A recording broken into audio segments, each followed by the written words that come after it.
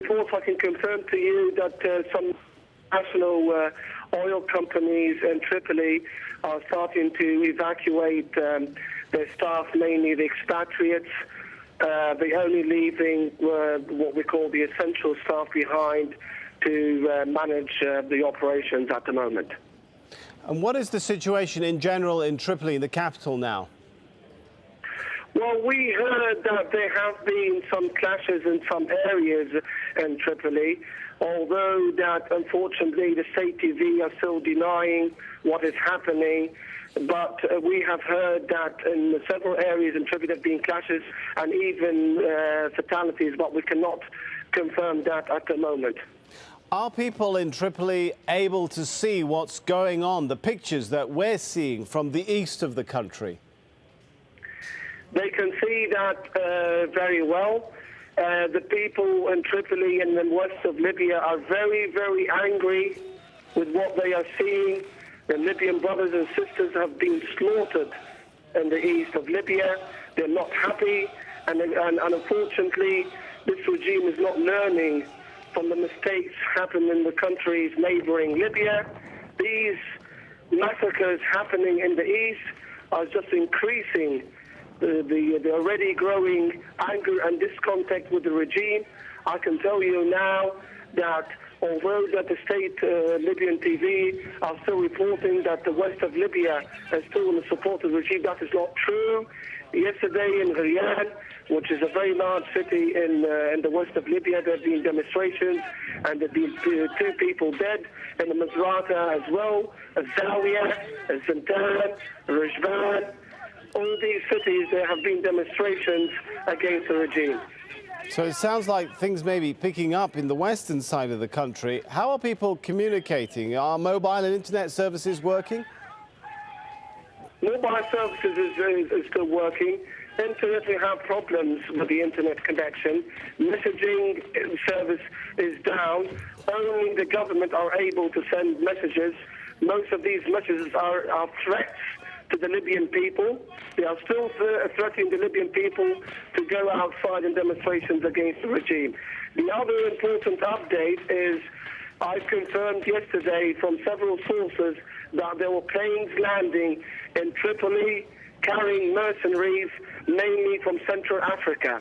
And this is very, very disturbing news to the people living in the capital, because everybody knows now that that means in the next couple of days we might witness a true massacre here in Tripoli. All right, Ali, thanks for your observations on what's been happening so far. Bahrain's main trade union has called off a strike planned for Sunday, saying it demands for the right to protest peacefully, and it's glad it has been heeded when it comes as demonstrators gathered again on Sunday at the Pearl Roundabout in the capital, Manama. Opposition leaders are said to be discussing offers for talks with Bahrain's rulers. Let's go live now to our correspondent, James Bays, who's standing by in the capital, Manama. James, as I'm sure you know, we just read there that opposition groups are thinking about starting talks. Are people behind you in the square in the mood to talk, though? Well, I'm not sure about that, Sammy. I think it depends who you speak to, and there are many who are not. Let's look out over the scene that we can see right now in the Pearl Roundabout. And in many ways, it's the scene that was here a few days ago before we had the police and the army crackdown. There are tents here, there are sleeping bags. Some people stayed here all the night. They're determined not to surrender this roundabout again. But something has changed since the crackdown by the authorities, and that's a hardening of the views of the people here. There were so many injuries, and there were deaths here too. And people here, not all of them are just calling now for constitutional reform. Some want much more than that. They want a complete change in this country. They want to see a removal of the government, of the Prime Minister, and some are even saying they want to see a removal of King Hamad. Well, it's interesting, and on that point, we've seen pictures of nurses. It looks like they're smashing pictures of the Prime Minister. How much of this anger is now being directed at the royal family? Yeah, well, much of the anger is being directed at the royal family.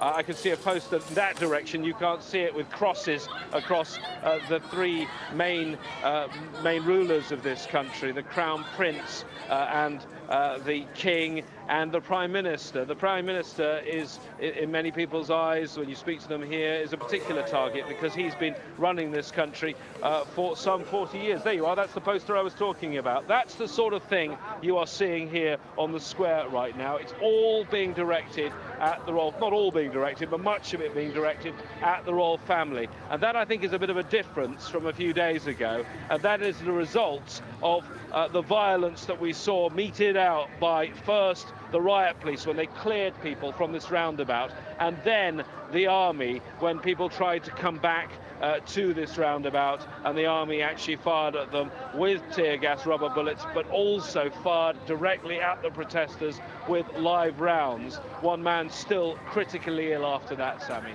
All right, James Bays, live from Manama for us. There have been anti-government protests in Yemen too, right outside Sanaa's university. And in another development, there are reports that the leader of South Yemen's independence movement has been arrested. From the capital, AlJazeera's Hashim Ahlabarra.